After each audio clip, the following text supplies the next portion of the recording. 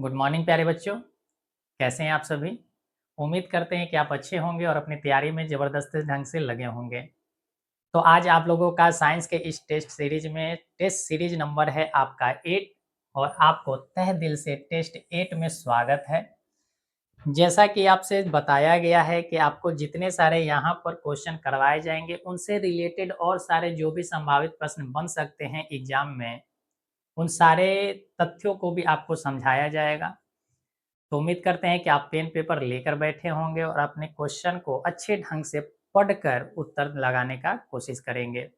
तो चलिए, बाकी बातें होते रहेगी, हम लोग अपने टेस्ट की ओर बढ़ते हैं और आज पुनः आपका टेस्ट नंबर 8 में स्वागत है। तो चलते हैं क्वेश्चन की ओर। क्वेश्चन है हमारा, अवतल दर्पण में आवर्धित काल्पनिक प्रतिबिंब बनाने के लिए वस्तु को कहाँ रखा जाता है। यानी कि एक हमारा अवतल दर्पण है, ये रहा हमारा अवतल दर्पण। इस अवतल दर्पण में कहा गया है कि हमें आवर्धित आवर्धित का अर्थ क्या होता है, तो आप कहेंगे कि आवर्धित का अर्थ होता है साइज। आवर्धित का अर्थ क्या होता है? साइज। साइज कहने का अर्थ है कि बड़ा हो सकता है प्रतिबिंब, या तो छोटा हो सकता है या बराबर हो सकता है। काल्पनिक का अर्थ है आभासी। काल्पनिक का अर्थ है आभासी। आभासी कहने का मतलब जो रियल ना हो, वर्चुअल इमेज की बात की जा रही है। तो कहा जा रहा है कि वस्तु को कहाँ पर रखा जाना चाहिए। ये हमारा दर्पण है और दर्पण का हमने ये बनाया एक्सिस। ये हमारा एक्सिस हो गया। एक्सिस का ये हमारा अनंत पॉइंट हो गया, ये हमारा सेंटर हो गया और ये हमारा फोकस रहा।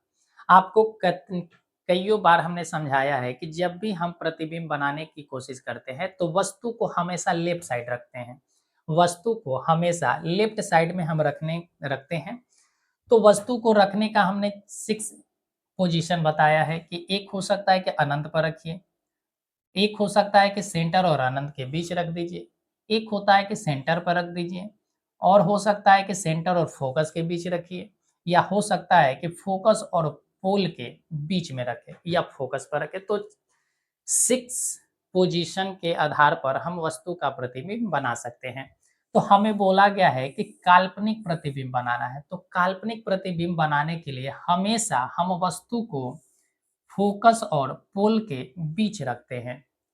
जब भी हमें काल्पनिक प्रतिबिंब बनाना होगा अवतल दर्पण में, तो हम वस्तु को फोकस और पोल के बीच रखते हैं। फोकस और पोल के बीच रखने पर हमारा प्रतिबिंब जो होता है वो दर्पण के पीछे बनता है। दर्पण के पीछे बनता है और वस्तु से बड़ा होता है। पहला पॉइंट तो ध्यान रखेंगे कि जब भी काल्पनिक प्रतिबिंब होगा वो दर्पण के पीछे होगा, दर्पण के पीछे होगा। सेकेंड पॉइंट याद रखेंगे कि वस्तु से बड़ा होगा, वस्तु से बड़ा होगा। ये सेकेंड पॉइंट ध्यान रखेंगे। यानी कि जब भी हमें काल्पनिक प्रतिबिंब बनाना होगा तो हम वस्तु को कहाँ रखेंगे, तो फोकस और पोल के बीच रखेंगे। पोल का अर्थ है ध्रुव। तो यहाँ पर अब ऑप्शन के अनुसार चलते हैं। फोकस और ध्रुव के बीच, यही हमारा फर्स्ट नंबर ऑप्शन है ए, और यही हमारा सही उत्तर है। बात समझ गए। अगले प्रश्न की ओर बढ़ते हैं। प्रश्न है कि प्रकाश के अपवर्तन के कितने नियम हैं।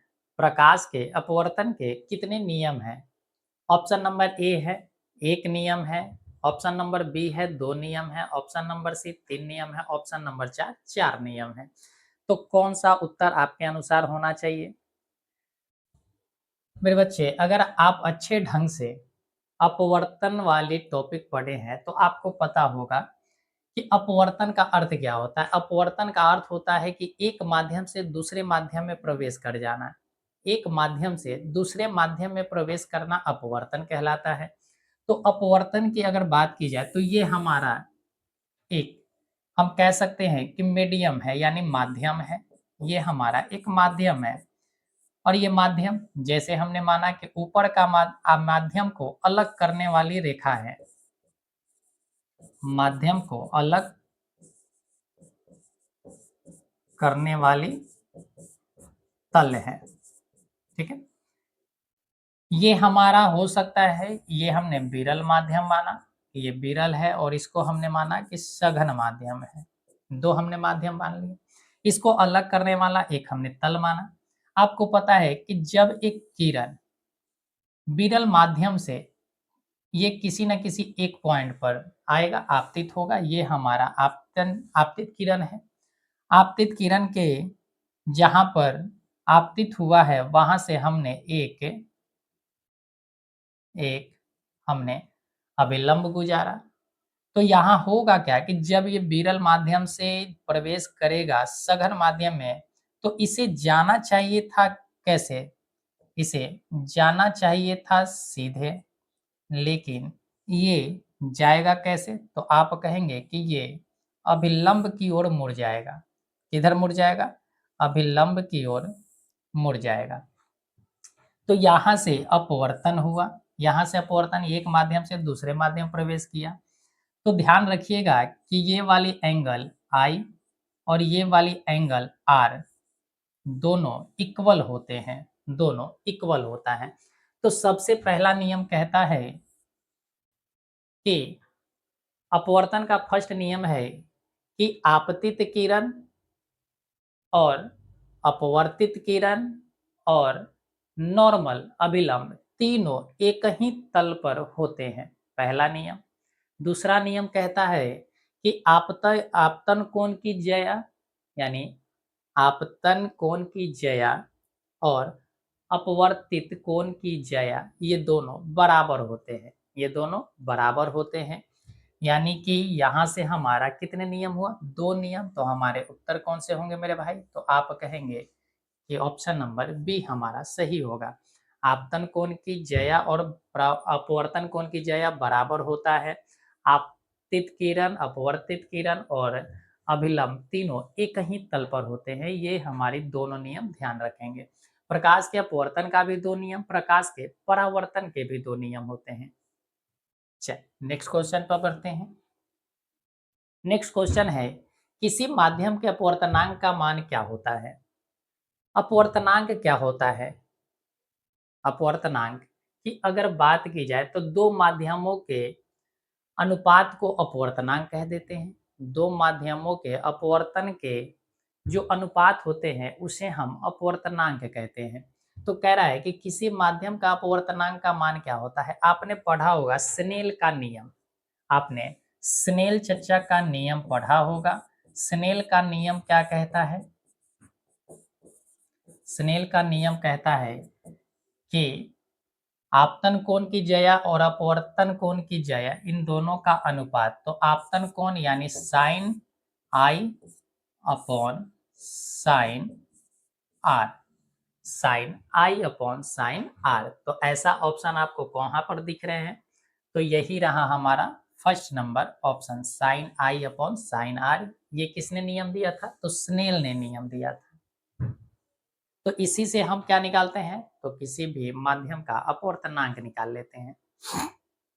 यहीं पर अगर ध्यान रखेंगे तो अपवर्तनांक का एक फॉर्मूला आप ध्यान रखेंगे, अपवर्तनांक का बराबर होता है निर्वात में प्रकाश की चाल, निर्वात में प्रकाश की चाल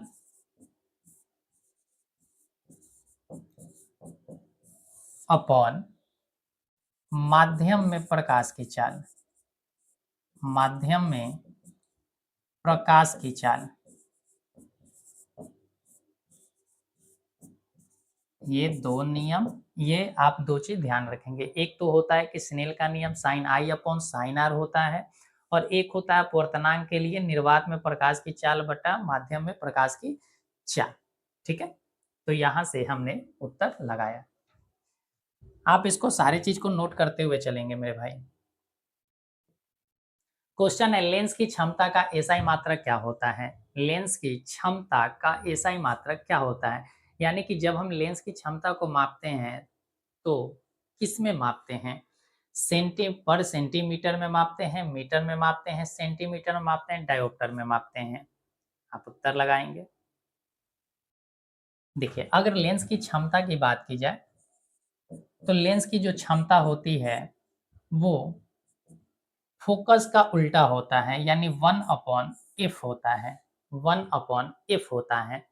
अगर ध्यान रखेंगे कि मीटर में दिया गया है, इसके दो पॉसिबिलिटी हो सकते हैं कि मीटर में भी दे सकता है और सेंटीमीटर में भी दे सकता है। मीटर में अगर दिया जाए तो 1/f हो जाएगा और सेंटीमीटर में दिया जाए तो 100/f कर देना है, 100/f कर देना है। तो ये मीटर और सेंटीमीटर दोनों में, 1 मीटर में 100 सेंटीमीटर होता है तो 100/f करेंगे और मीटर में कहेगा तो 1/f कर देंगे। तो ये एसआई मात्रक में पूछा कि क्या, तो क्षमता को हमेशा हम लोग मापते हैं डायोप्टर में। किसमें मापते हैं? डायोप्टर में मापते हैं, यानी लेंस की क्षमता का एसआई मात्रक जो होता है वो डायोप्टर के नाम से जाना जाता है।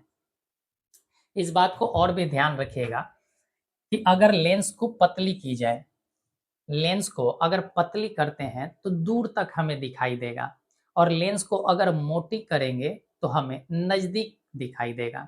यानी कि दूर की वस्तु को देखने के लिए आप देखे होंगे कि हमारे पहले बाबा लोग जो होते थे वो दूर की चीज़ों को देखने के लिए आँख को बड़ा-बड़ा कर देते थे, आँख ऐसे कर देते थे और आँख को बड़ा करके वो क्या करते थे, हम अपनी लेंस को क्या करते थे, तो पतली कर देते थे। लेंस अगर इस तरीका से है तो लेंस को पतली कर देते थे। तो इससे क्या होता था कि हमें दूर की वस्तु को देख पाते थे। अगले पॉइंट की अगर और भी हम बात की जाए तो ध्यान रखिएगा कि दूरदृष्टि दोष, दूरदृष्टि दोष के लिए हम लोग उत्तल लेंस लगाते हैं, यानी उत्तल लेंस, और निकट दृष्टि दोष के लिए, निकट दृष्टि दोष के लिए हम लोग अवतल लेंस का इस्तेमाल करते हैं, अवतल लेंस की तरह इस्तेमाल करते हैं, अवतल लेंस का इस्तेमाल करते हैं। दूर में देखिए 2 लेटर है, अवतल उत्तल में 3 लेटर है तो 2 को रिलेट कर दीजिएगा 3 से। निकट में 3 अक्षर हैं, अवतल में 4 अक्षर हैं तो 3 को रिलेट कर दीजिएगा मेरे भाई 4 से। तो इस तरीका से आप उत्तर लगा सकते हैं, कभी भी कंफ्यूजन हो तब। अगले क्वेश्चन की ओर बढ़ें। चल, क्वेश्चन है अवतल लेंस में आवर्धन बराबर होता है, यानी आवर्धन का वैल्यू क्या होता है, यानी कैसे हम आवर्धन निकालते हैं। देखिए, आवर्धन की अगर बात की जाए, आवर्धन की अगर बात की जाए तो आवर्धन दर्पण का भी होता है और आवर्धन लेंस का भी होता है। देखिए, हम एक ही साथ कंफ्यूजन दूर कर रहे हैं। आवर्धन दर्पण का भी होता है, यानी दर्पण में भी प्रतिबिंब छोटा और बड़ा बनते हैं और लेंस में भी छोटा और बड़ा बनता है। आवर्धन क्या-क्या हो सकता है, तो ध्यान रखेंगे कि m का वैल्यू हो सकता है बड़ा हो जाए 1 से, m का वैल्यू छोटा हो जाए 1 से, या m का वैल्यू बराबर हो जाए 1 के। ठीक है? तो ये 3 पॉसिबिलिटी हो सकते हैं कि जब 1 से बड़ा होगा तो वस्तु बड़ा होगा, वस्तु क्या होगा? बड़ा होगा। m से छोटा होगा तो वस्तु छोटा होगा, वस्तु का प्रतिबिंब छोटा बनेंगे, और m के बराबर होगा तो वस्तु का साइज बराबर होगा प्रतिबिंब के साइज के। तो ये 3 पॉइंट आपको ध्यान में रखना है। दर्पण की अगर बात की जाए, दर्पण का यदि हमें आवर्धन निकालना है तो यहाँ पर आप ध्यान रखेंगे कि -v/u होता है, -v/u। और जब हमें लेंस का आवर्धन निकालना होता है तो हम v/u करते हैं, v/u, यानी m बराबर हो गया आपका -v/u दर्पण के लिए, और यहाँ पर m बराबर हुआ v/u, ये लेंस के लिए। तो ये हमारा अवतल लेंस में आवर्धन बराबर होता है किसके? अब लेंस कुछ भी रहे, अवतल रहे, उत्तल रहे, अवलोत्तल रहे, जो भी रहना है, हमें आवर्धन निकालने के लिए इसी फॉर्मूला का यूज करना होगा। तो -v/u आपको कहाँ दिख रहा है? ऑप्शन नंबर डी में। ऑप्शन नंबर डी हमारा क्या है? सही आंसर है। अगले प्रश्न की ओर बढ़ते हैं। हीरे का अपवर्तनांक कितना है? हीरे का अपवर्तनांक कितना है? ये आपसे पूछा गया है, बोलिए जरा।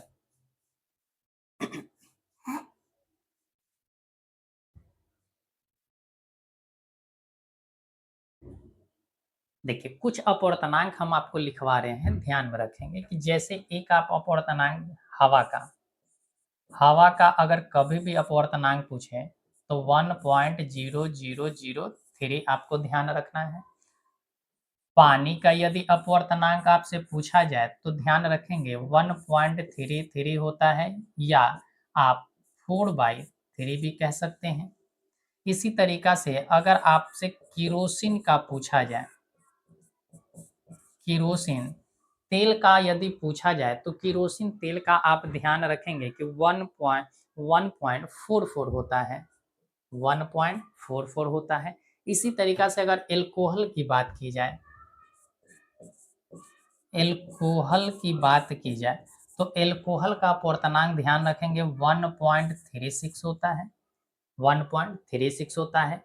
इसी प्रकार से अगर तारपीन के तेल का भी आपसे पूछा जाए, तारपीन का तेल का अगर पूछा जाए तो तारपीन का तेल का भी आप ध्यान रखेंगे, तारपीन का होता है 1.47, 1.47। इसी प्रकार से आपसे पूछा जाता है मनिक्य का, ठीक है, क्या पूछा जाता है, मनिक्य का, नीलम का पूछा जाता है। तो मनिक्य का अगर पूछा जाए, मनिक्य का पूछा जाए, मनिक्य का पूछा जाए तो ध्यान रखेंगे 1.71 होता है। नीलम का अगर पूछा जाए तो नीलम का ध्यान रखेंगे 1.77 होता है। इसी तरीका से अगर बेंजीन का पूछा जाए, बेंजीन का पूछा जाए तो आप ध्यान रखेंगे कि 1.50 होता है। तो इतने चीज़ों को आपको अच्छे ढंग से ध्यान रखना है। हवा का 1.0003 होता है, पानी का 1.33 या 4/3 होता है, केरोसिन का 1.44 होता है, एल्कोहल का 1.36 होता है, तारपीन का 1.47 होता है, मनिक्य का 1.71 होता है, आपका नीलम का 1.77 और आपका बेंजीन का 1.50 होता है। अगर कभी भी आपसे निर्वात का पूछें कि निर्वात का अपूर्णांक कितना होता है, तो निर्वात का अपूर्णांक 0 होता है, यानी शून्य होता है।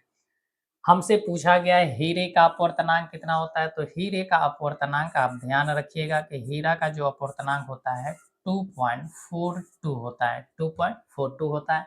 तो देखिए ऑप्शन नंबर डी हमारा सही उत्तर होगा, ऑप्शन नंबर डी हमारे सही आंसर होंगे। तो ये सारे चीज को आप ध्यान रखेंगे, हमने ऐसे क्वेश्चन जितनी बार आ रहे हैं आपको हर चीज हम यहाँ पर नोट करवा दे रहे हैं कि इससे प्रश्न बनेगा ही बनेगा। अगले प्रश्न की ओर, एक प्रिज्म कितने सतहों से घिरा होता है, एक प्रिज्म कितने सतहों से घिरा होता है, 2 सतह से, 3 सतह से, 4 सतह से या 5 सतह से घिरा होगा। आप प्रैक्टिकल सोच कर देखिए, आपको प्रैक्टिकल सोच कर देखना है। आपने कभी ना कभी आपने कलाकारी किया होगा, कलाकारी आपने जो किया है, आपने दीपावली के मौसम में आपने घर बनाया होगा, ठीक है? तो घर बनाते होंगे तो सबसे ऊपर वाली जो फ्लोर होती है, ऊपर वाली फ्लोर पर ऐसे बनाते थे, याद है कुछ? ऐसे बनाते थे। तो प्रिज्म ऐसा ही होता है, ऊपर का मुख पतला होकर एक दूसरे से मिल जाते हैं। तो ये देखिए एक सतह ये रहा, एक सतह ये, 2 सतह हो गया, मिला 2 सतह। एक ऐसे देखिए, एक ये सतह, एक ये सतह, तो 2-2 4 सतह हो गए, यानी 2 सतह इधर से, 2 सतह इधर से, 4 सतह, और एक जहाँ पर ये बेस है, तो कितने सतह हो गए? 5 सतह हो गए। तो इसके उत्तर कितने होंगे? तो आप कहेंगे कि 5 होगा। आपको याद करने की ज़रूरत नहीं है मेरे भाई, आप केवल समझिए, समझ गए तो आपका नैया पार है, अन्यथा आप रटते रहिए कि प्रिज्म में 5 सतह होता है, 5 सतह होता है, फिर 2 दिन के बाद आप भूल जाएँगे। तो आपको हमने प्रैक्टिकली रूप से समझाया है। क्वेश्चन है, निम्नलिखित में से किससे रंध्र के छिद्र घिरे रहते हैं? निम्नलिखित में से किससे रंध्र के छिद्र घिरे रहते हैं? क्यूटिकल से, गार्ड कोशिका से, वात्र रंध्रों से, इनमें से कोई नहीं। किससे घिरे होते हैं? आप ध्यान रखिएगा कि इस तरीका से जब आप पत्ती के स्ट्रक्चर देखेंगे तो पत्ती के स्ट्रक्चर में आप इस तरीका से देखे होंगे, पत्ती के ये स्ट्रक्चर में आप इस तरीका से देखे होंगे। ये दोनों मुख जो होता है ये सटा होता है, दोनों मुख सटा होता है, इधर से भी सटा होता है, आप ध्यान रखेंगे। और यहाँ पर ये बीच में इस तरीका से होता है वात, इसको रंध्र बोलते हैं, इसको रंध्र बोलते हैं। इसे हम लोग गार्ड कोशिका कहते हैं, इसे गार्ड कोशिका कहा जाता है। तो यहीं पर आप बताइए, इसके बाहर में एपिडर्मिस वाली लेयर होती है, ये सारे चीज होते हैं। तो गार्ड कोशिका ये हमारा रहा रंध्र। रंध्र देखिए किससे घिरा हुआ है, तो आप कहेंगे गार्ड कोशिका से घिरा हुआ है। तो हमारा उत्तर किसके साथ जाएगा, गार्ड कोशिका के साथ हमारा उत्तर जाएगा। तो ये हमारा ऑप्शन नंबर बी सही उत्तर है। अगला प्रश्न है, कौन सी गैस श्वसन क्रिया में मुक्त होती है, कौन सी गैस श्वसन क्रिया में मुक्त होती है। ऑक्सीजन होता है, सल्फर डाइऑक्साइड होता है, नाइट्रस ऑक्साइड होता है, या कार्बन डाइऑक्साइड होता है। कौन सी गैस हमारी श्वसन क्रिया में मुक्त होती है। देखिए श्वसन क्रिया में आपको पता है कि हम लोग एक बार सांस लेते हैं और एक बार सांस छोड़ते हैं।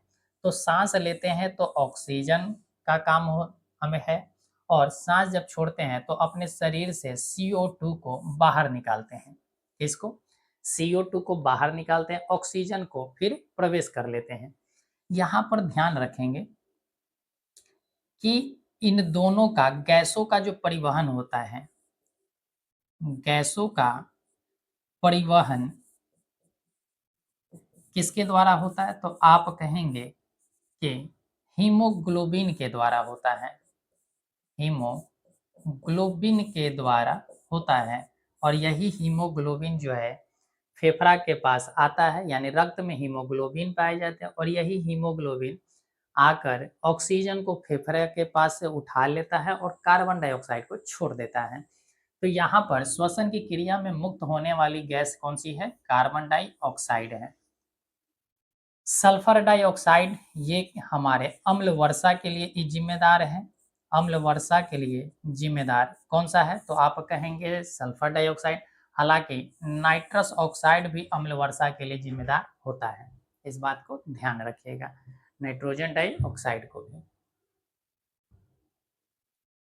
अगला प्रश्न है, निम्न में से किस रंग की प्रकाश किरण संश्लेषण के लिए सबसे ज्यादा प्रभावी होता है।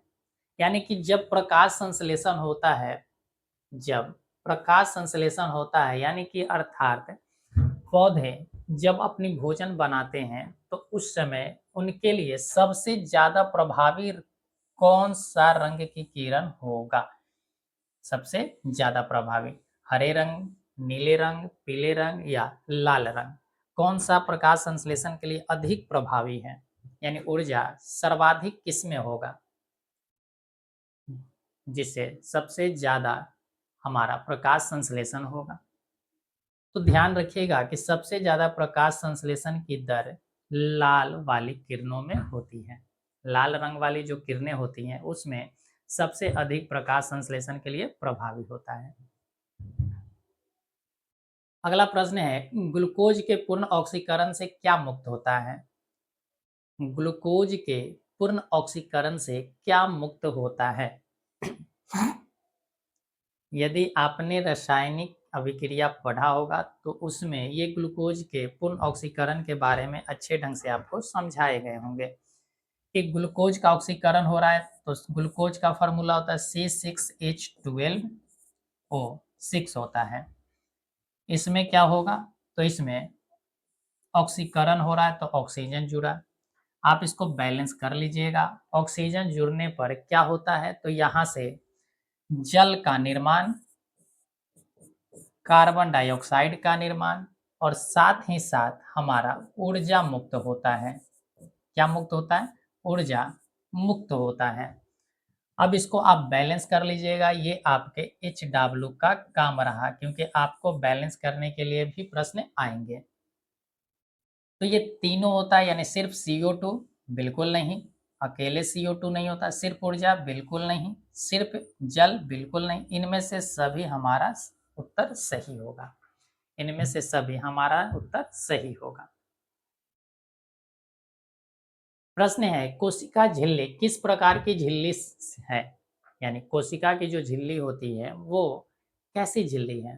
पारगम्य है, अपारगम्य है या अर्धपारगम्य झिल्ली है, या इनमें से कोई नहीं है? कौन सा होगा? कोशिका झिल्ली किस प्रकार की झिल्ली है? पारगम्य झिल्ली है और अर्धपारगम्य है, अपारगम्य है, इनमें से कोई नहीं। पारगम्य का अर्थ होता है कि सभी कंपोनेंट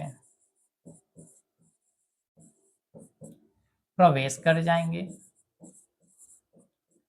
सभी कंपोनेंट क्या करेगा? प्रवेश कर जाएगा, यानी आर पार हो जाएगा।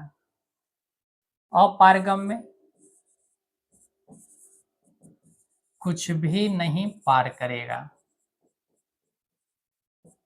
सीधी सी बात समझिए।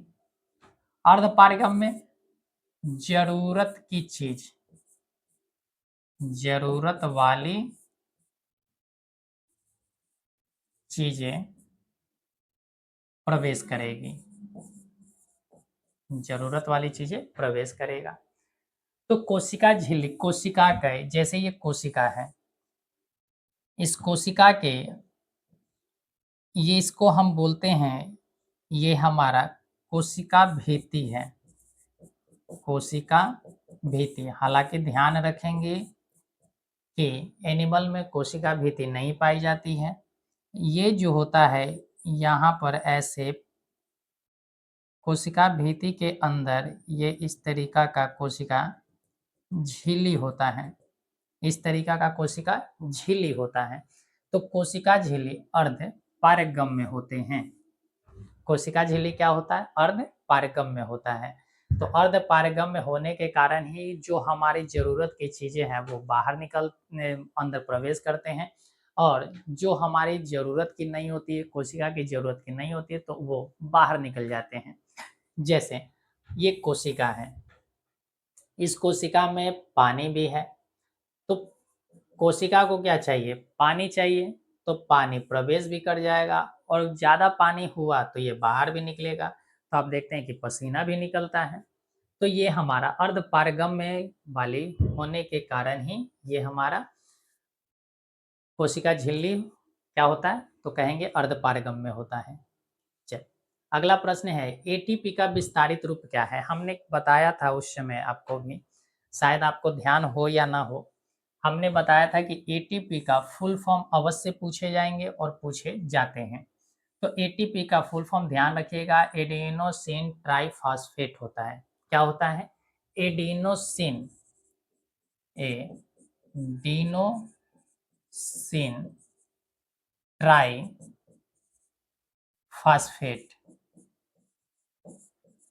ये हमारा इसका फुल फॉर्म होता है। एडेनिन थाइमिन बिल्कुल नहीं, एडेनिन ट्राइफॉस्फेट बिल्कुल नहीं, एडेनिन थाइमिन बिल्कुल नहीं, एडिनोसिन ट्राइफॉस्फेट होता है। एडिनोसिन ट्राइफॉस्फेट होता है। आप इस बात को भी ध्यान रखेंगे कि ऊर्जा को हम लोग एटीपी में मापते हैं, और 38 एटीपी मिलकर 38 एटीपी मिलकर एक ग्लूकोज का निर्माण करता है।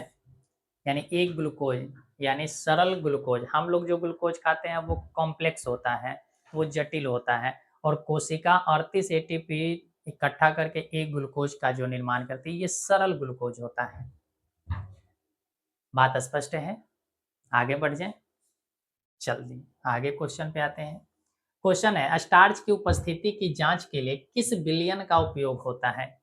यानी कि किसी पदार्थ में स्टार्च है या नहीं है, हमें अगर पता लगाना हो तो हम किसके माध्यम से पता लगाएंगे? आयोडीन के माध्यम से, सेफ्रिनिन के माध्यम से, इयोसिन के माध्यम से, या मेथिलीन ब्लू के माध्यम से? हम किसके माध्यम से पता लगाएंगे कि स्टार्च है या नहीं है? तो ध्यान रखेंगे कि स्टार्च का पता लगाने के लिए हम लोग आयोडीन का इस्तेमाल करते हैं। किसका इस्तेमाल करते हैं? आयोडीन का। अगर किसी भी चीज में, जैसे आलू में भी स्टार्च होता है, उसको अगर आलू में स्टार्च का पता लगाना है तो आलू काटिए और उस पर नमक डालिए। अगर वो काला या नीला हो जाए, उसका कलर काला या नीला में बदल जाए, तो समझ जाइएगा कि उसमें स्टार्च मौजूद है, उसमें स्टार्च मौजूद है। तो स्टार्च की उपस्थिति के लिए, जांच के लिए हम लोग आयोडीन का इस्तेमाल करते हैं। और स्टार्च अगर है तो उसका कलर या तो ब्लैक होगा या तो ब्लू हो जाएंगे। इस बात को भी आप ध्यान रखेंगे। अगला प्रश्न है, प्रकाश संश्लेषण की दर निम्न में से किन कारकों पर निर्भर करती है? प्रकाश संश्लेषण की दर निम्न में से किन कारकों पर निर्भर करती है? पहला है प्रकाश के गुण पर, दूसरा है प्रकाश की मात्रा पर, तीसरा है ए और बी दोनों पर, चौथा इनमें से कोई नहीं। समझने का प्रयास कीजिएगा कि अगर प्रकाश संश्लेषण की अगर बात की जाए तो प्रकाश संश्लेषण बहुत सारे फैक्टर पर डिपेंड करते हैं। जैसे बात की जाए तो कार्बन डाइऑक्साइड पर भी डिपेंड करेगा, क्योंकि पेड़ पौधे CO2 के माध्यम से ही क्या करते हैं, तो प्रकाश संश्लेषण करते हैं, यानी CO2 के माध्यम से ही भोजन का निर्माण करते हैं। साथ ही साथ उनको जल भी चाहिए, तो जल पर भी डिपेंड करेगा। साथ ही साथ कि टेम्परेचर कैसा है, यानी ताप पर भी डिपेंड करेगा कि तापमान कैसा है, आर्द्र है या शुष्क है, कैसा तापमान है, इस पर भी डिपेंड करेगा। साथ ही साथ आपको क्षेत्रफल पर भी डिपेंड करेगा।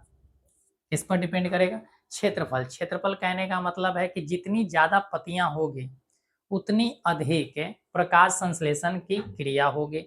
यानी जितना अधिक हम कह सकते हैं कि क्या होगा, तो पत्तियां होगी, तो पत्तियां ज़्यादा होगा तो क्षेत्रफल ज़्यादा होगा, तो उससे भी हो जाएंगे।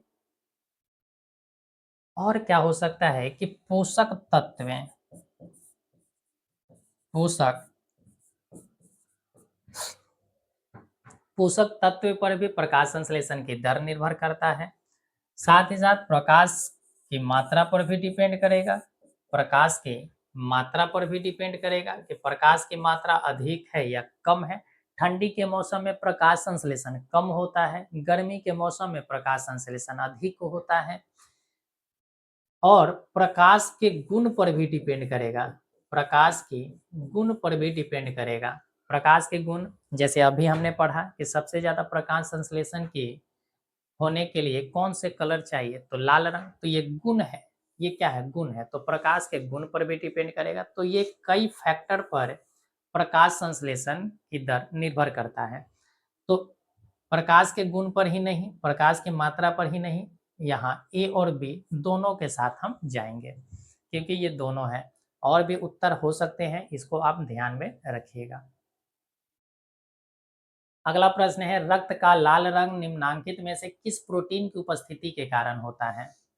रक्त का लाल रंग निम्नांकित में से किस प्रोटीन की उपस्थिति के कारण होता है?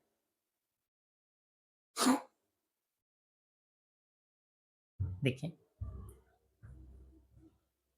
हेपेरिन भी एक प्रकार का प्रोटीन है। हेपेरिन जो है, ये सारा का सारा हेपेरिन, हीमोग्लोबिन, थ्रोम्बिन, फाइब्रिनोजेन, ये सभी रक्त में उपस्थित प्रोटीन हैं और इन सभी प्रोटीनों का कार्य अलग अलग होता है।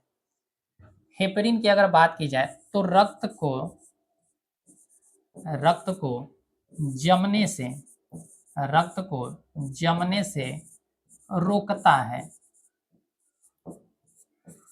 रक्त को जमने से रोकता है। यानी कि हमारे शरीर में ब्लड लिक्विड फॉर्म में है, यानी कि इधर उधर क्या हो रहा है, प्रवाहित होते रह रहा। अगर किसी के ब्लड से हेपेरिन प्रोटीन अगर निकाल लिया जाए तो उसका ब्लड क्या होगा, जम जाएगा, उसका ब्लड जम जाएगा। तो हेपेरिन का हेपेरिन का काम होता है कि रक्त को जमने से रोकेगा, रक्त को जमने से रोकता है। फाइब्रिनोजेन और फाइब्रिनोजेन और थ्रोम्बिन का काम होता है कि रक्त को जमने में सहायता करता है, रक्त को जमने में सहायता करता है, रक्त को जमने में सहायता करता है। और हीमोग्लोबिन का कार्य होता है कि रक्त को लाल बना देना, रक्त को लाल करना किसका कारण होता है? हीमोग्लोबिन के कारण होता है। और इसमें एक तत्व मौजूद होता है लोहा, और लोहा के कारण ही ब्लड का रंग लाल होता है। तो हमसे पूछा था कि किसकी उपस्थिति के कारण, तो हीमोग्लोबिन के कारण रक्त का रंग लाल होता है। बात क्लियर है? आगे बढ़ जाए। चल अगले प्रश्न की ओर बढ़ते हैं। अगला प्रश्न है, क्लोरोफिल वर्णक का रंग होता है। हमने कल भी ये प्रश्न के ऐसे प्रश्न की चर्चा की थी कि क्लोरोफिल वर्णक जो होता है वो हरे कलर का होता है। कैसा होता है? हरे कलर का होता है। इसी वजह से पेड़ पौधे की पत्तियां हरी होती हैं। पेड़ पौधे की पत्तियां हरी होती है। हमेशा ध्यान रखिएगा कि प्रकाश संश्लेषण कौन करेगा? हरे जो पेड़ पौधे होते हैं वही प्रकाश संश्लेषण करते हैं। अगला है, दांत का कठोरतम भाग है। दांत का कठोरतम भाग है डेंटाइन, इनामेल, मज्जा गुहा, केनाइन। कौन सा होगा? देखिए, अगर केनाइन की बात की जाए तो ये दांत का प्रकार है। दांत का प्रकार है। जैसे ICPM, ICPM आप ध्यान रखेंगे। आई से होता है इंसीजर, आई से होता है इंसीजर, इंसीजर। सी से होता है केनाइन, पी से होता है प्रीमोलर, प्रीमोलर, और एम से होता है मोलर, एम से होता है मोलर। तो ICPM आप ध्यान रखेंगे कि इंसीजर, केनाइन, प्रीमोलर और मोलर, हमारे दांतों में ये 4 प्रकार की दांत पाई जाती हैं। अगर बच्चों में पूछा जाए बच्चों में पूछा जाए तो ध्यान रखिएगा कि बच्चों में प्रीमोलर नहीं होता है। बच्चों में प्रीमोलर नहीं होते हैं। तो हमसे पूछा गया दांतों का कठोरतम भाग कौन सा होता है? तो दांतों का कठोरतम भाग इनामेल होता है। क्या होता है? इनामेल होता है। जो सबसे ऊपर में चमकता हुआ आपको दांत का ऊपरी जो हिस्सा दिखाई देता है वही होता है इनामल। और दांत के, जब जैसे ये दांत का ऊपरी भाग है तो ये दांत का ऊपरी भाग हमारा इनेमल कहलाया। और दांत के अगर अंदर की भाग बताई जाए, दांत का अंदर का जो हिस्सा होता है, ये वाला हिस्सा, अंदर वाले हिस्सा, इसको हम बोलते हैं कि ये है डेंटाइन। बाहर वाला हिस्सा हो गया आपका एनामेल, और अंदर वाली हिस्सा जो होती है सटा हुआ, उसको हम कहते हैं डेंटाइन। मज्जा गुहा हड्डी में होता है। मज्जा गुहा हड्डी में, इसी में अस्थि मज्जा उपस्थित होते हैं। अगला प्रश्न है, थायरोक्सिन, थायरोक्सिन हार्मोन के संश्लेषण में किसका होना आवश्यक है? थायरोक्सिन हार्मोन के संश्लेषण के लिए क्या आवश्यक है? क्लोरीन आवश्यक है, आयोडीन आवश्यक है, मैग्नीज आवश्यक है, आयरन आवश्यक है। क्या आवश्यक है थायरोक्सिन हार्मोन के लिए? तो ध्यान रखेंगे कि थायरोक्सिन हार्मोन जो होता है वो थायराइड, थायराइड ग्रंथि के द्वारा निकलता है। कहाँ से निकलता है? थायराइड ग्रंथि, या हमारे यहाँ पर गले के पास होता है, थायराइड ग्रंथि पाई जाती है, और यहीं से निकलती है थायरोक्सिन हार्मोन। इसी के लिए कौन आवश्यक होता है? तो आयोडीन, आयोडीन आवश्यक होता है थायरोक्सिन हार्मोन के संश्लेषण के लिए।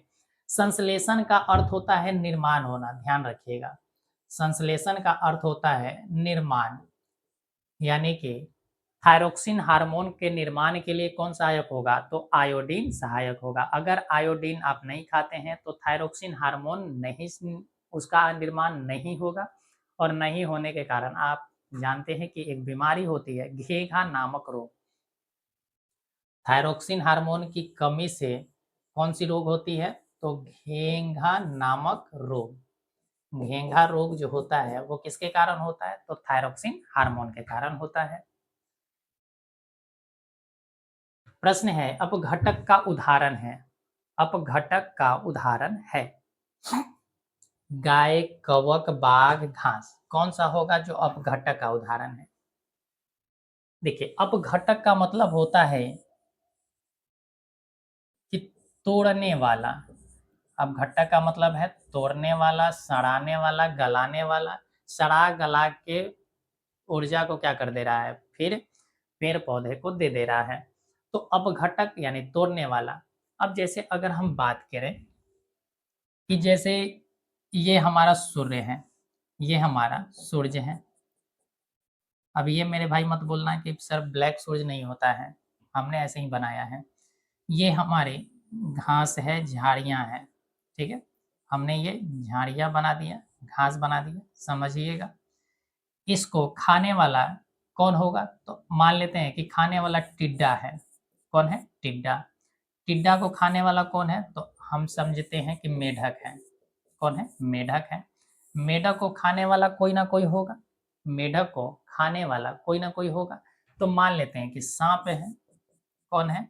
साँप है। साँप क्या होगा? साँप मरेगा। साँप क्या होगा? मरेगा। साँप जब मर जाएगा तो साँप मरने पर मरा साँप जो होगा, इस ये क्या होगा? धीरे-धीरे सड़ेगा, धीरे-धीरे सड़ेगा, गलेगा। सड़े गलेगा तो इसको सड़ाने गलाने का काम कौन करेगा? जीवाणु करेगा। जीवाणु करेगा, विषाणु करेगा, जीवाणु, विषाणु, कवक करेगा। ये सभी मिलकर इसको क्या करेंगे? पूरी तरीक़ा से डिकम्पोज़ कर देगा और डिकम्पोज़ करके इसके मृत शरीर से में जो भी ऊर्जा था वो ऊर्जा किसमें जाएगा? तो आप कहोगे कि मिट्टी में चला जाएगा और मिट्टी में जाएगा और पुनः फिर उस मिट्टी में क्या होंगे? झाड़ियाँ, घास, पेड़-पौधे उत्पन्न होंगे। तो अपघटक का उदाहरण क्या हो गया मेरे भाई? गाय नहीं, ये खुद सड़ेगा, इसको तो खाएगा कवक ही। तो ध्यान रखेंगे कि अपघटक का उदाहरण है कवक। अपघटक का उदाहरण है कवक। अगला प्रश्न है, पृथ्वी का ऊर्जा का मुख्य स्रोत क्या है? पृथ्वी पर ऊर्जा का मुख्य स्रोत क्या है? कोयला है, लकड़ी है, पानी है, सूर्य है। क्या है पृथ्वी पर ऊर्जा का मुख्य स्रोत? कोई-कोई मेरे भाई आप उत्तर लगा सकते हैं कोयला, बट कोयला उत्तर नहीं होगा। क्यों नहीं होगा हम समझाते हैं। देखिए, कोयले का निर्माण किससे हुआ है? अगर कोयला जो है वो क्या है? एक जीवाश्म है। कोयला जो है एक क्या है? जीवाश्म है। और जीवाश्म का निर्माण हुआ कैसे? जीवाश्म का निर्माण कैसे हुआ है? तो जीवाश्म के निर्माण पेड़-पौधे से हुआ है। पेड़ से, पेड़-पौधे से और साथ ही आप कह सकते हैं कि जीवों से। किससे हुआ? जीवों से हुआ है। ये पेड़-पौधा और जीव उत्पन्न कैसे हुए? तो आप कहेंगे कि इनमें जो ऊर्जा आया वो कहाँ से आया? ऊर्जा आया कहाँ से? तो ये ऊर्जा सूर्य से आया। यानी सूर्य अगर नहीं होता तो पेड़-पौधे प्रकाश संश्लेषण नहीं करते। सूर्य अगर नहीं होता तो पेड़-पौधे क्या प्रकाश संश्लेषण कर पाते? क्या भोजन बना पाते? तो आप कहेंगे कि बिल्कुल नहीं।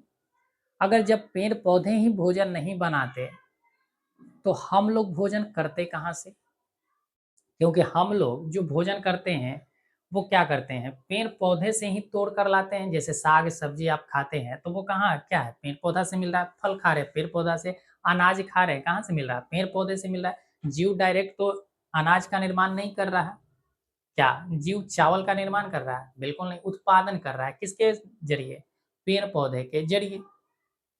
तो यहाँ से अगर सूर्य नहीं होता है, तो प्रकाश संश्लेषण नहीं होता, प्रकाश संश्लेषण नहीं होता तो भोजन नहीं बनता, भोजन नहीं बनता तो जीव नहीं होते, तो फिर जीव नहीं होते हैं तो फिर इस धरती पर अस्तित्व नहीं होता। तो ध्यान रखेंगे कि पृथ्वी पर ऊर्जा का जो मुख्य स्रोत है मेरे भाई, वो सूर्य होगा। क्या होगा? सूर्य होगा। इसमें कोई भी कन्फ्यूजन नहीं होना चाहिए। हमारे छोटे प्यारे भाई-बहन, आप उत्तर कोयला के साथ जाते हमें पता था। अगले प्रश्न की ओर बढ़ते हैं। प्रश्न है, निम्नलिखित में से कौन पर्यावरण का हिस्सा है? पर्यावरण का हिस्सा कौन-सा है? वायुमंडल है, जलमंडल है, स्थलमंडल है, इनमें से सभी हैं। देखिए, पर्यावरण की अगर हिस्सा की बात की जाए, तो आपको पता है कि जैसे ये पृथ्वी है, जैसे ये पृथ्वी है, हमने इसको पृथ्वी माना। पृथ्वी के ऊपर में ये सारे क्या है? मंडल हैं। ये ऊपर में मंडल है, जिसको हमने कहा, जैसे इसे हमने का नाम दिया क्षोभ मंडल, इसको हमने नाम दिया क्षोभ मंडल, इसको नाम दिया समताप मंडल, इसको नाम हमने दिया आयन मंडल, इसको नाम दिया मध्य मंडल, ऊपर बहिर्मंडल हो गया। मध्य मंडल यहाँ पर होता है, आप ध्यान रखेंगे, आयन मंडल ऊपर में, फिर बहिर्मंडल हो गया। तो यहाँ पर आप ध्यान रखेंगे कि पृथ्वी में सबसे पहला तो है कि क्षोभ मंडल अगर ना हो, हमारा वायुमंडल अगर ना हो, तो हमारे पृथ्वी से हवा ही नहीं होगा, हवा रहेगा ही नहीं, वो क्या होगा? चला जाएगा। क्योंकि ये वायुमंडल है ही किसके वजह से? तो गुरुत्वाकर्षण के कारण। तो वायुमंडल, गुरुत्वाकर्षण मेरे भाई जिस दिन खत्म हुआ पृथ्वी का, उस दिन हमारा वायुमंडल खत्म हो जाएगा। इस बात को ध्यान रखेंगे। इस वायुमंडल को पकड़ के कौन रखे हुए हैं? तो हमारा गुरुत्वाकर्षण रखे हुए हैं। इसी तरीका से इसी क्षोभ मंडल में आपको पता है कि पानी वगैरह है, तो हमारा समुद्र है। समुद्र क्या है? एक हमारा पृथ्वी पर जलमंडल का काम कर रहा है। किसका काम है? जलमंडल का। समुद्र क्या है? जलमंडल है। और ये पृथ्वी का जो सतह है जिस पे जीव रह रहे हैं, इसको हमने नाम दिया स्थल मंडल, इसको नाम दिया हमने स्थल मंडल। तो यहाँ से देखिए, हमें जल भी चाहिए, स्थल भी चाहिए और वायुमंडल भी चाहिए, क्योंकि ऑक्सीजन वगैरह नहीं होगा तो हम लोग नहीं सर्वाइव करेंगे। तो पर्यावरण का हिस्सा वायुमंडल भी होगा, जलमंडल भी होगा और स्थल मंडल भी होगा। तो हम उत्तर किसके साथ लगाएंगे? तो हम उत्तर अपना लगाएंगे इनमें से सभी के साथ, इनमें से सभी के साथ। और आप समझ गए होंगे कि क्यों हमने लगाया है, कोई कंफ्यूजन नहीं होना है। कह रहा है कि एक वन पारिस्थितिकी तंत्र में कितने पोषी स्तर होते हैं? एक वन पारिस्थितिकी तंत्र में कितने पोषी स्तर होते हैं? एक होता है, दो होता है, तीन होता है, चार होता है। देखिए, एक तो होता है स्वपोषी, एक होता है स्वपोषी जो भोजन खुद बनाता है। उसके बाद होता है क्या? इस स्वपोषी को खाने वाला कोई ना कोई होगा, तो उसे हम कहते हैं कि जैसे शाकाहारी, शाकाहारी हो जाएगा। और शाकाहारी को खाने वाला मांसाहारी होगा, शाकाहारी को खाने वाला मांसाहारी होगा। और मांसाहारी को खाने वाला अपघटक होगा। कौन होगा? अपघटक, यानी इसको भी तोड़ेगा कोई ना कोई। तो देखिए कितने स्तर हैं, एक स्तर हुआ, दो हुआ, ये तीन हुआ और ये चार स्तर हुए। यानी कि पारिस्थितिकी तंत्र में कितने पोषी स्तर होते हैं? तो आप कहेंगे कि चार स्तर होता है। कितने स्तर होता है? चार स्तर होता है। बात क्लियर है? अगले प्रश्न की ओर बढ़ते हैं। निम्नलिखित में से कौन ऊर्जा का अनवीकरणीय स्रोत है? निम्नलिखित में से कौन ऊर्जा का अनवीकरणीय स्रोत है? नाभिकीय संलयन, सूर्य है, चंद्रमा है, इनमें से कोई नहीं है।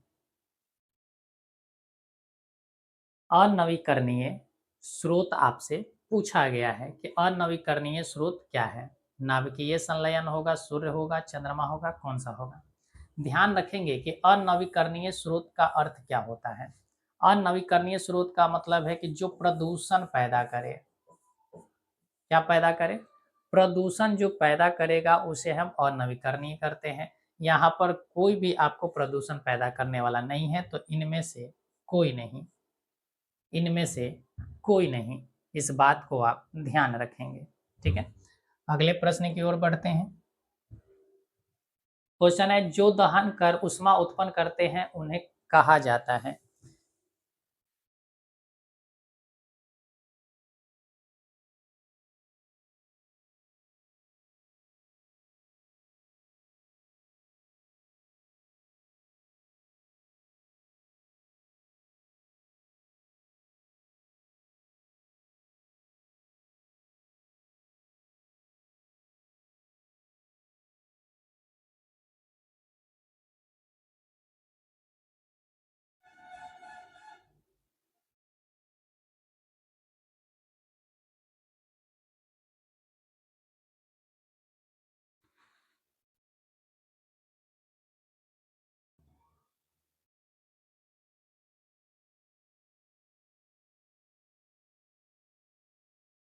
क्वेश्चन है, जो दहन कर उष्मा उत्पन्न करता है उसे क्या कहते हैं? तो उसे जीवा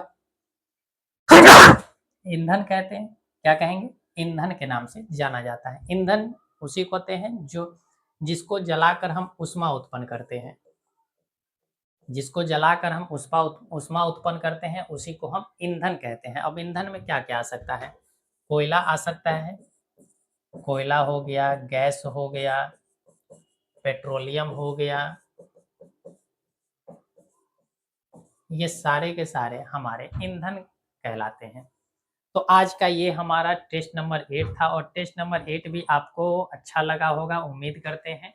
तो ऐसे ही आप अगर आगे के भी टेस्ट में जुड़े रहें और अपने दोस्तों को भी अपने साथ जोड़ने का प्रयास करें, ताकि उनको भी अपना नंबर इम्प्रूव करने का समय मिल सके। तो चलिए, वीडियो अगर अच्छा लगा तो लाइक कर दीजिएगा और अपने दोस्तों के साथ भी शेयर कर लीजिएगा। और साथ ही साथ अगर आप नहीं सब्सक्राइब किए हैं चैनल को तो मेरे भाई आप चैनल को भी सब्सक्राइब कर लीजिए, ताकि आपके लिए हमें और भी मोटिवेशन मिलता रहे और आपके लिए हम और भी मेहनत करते रहें।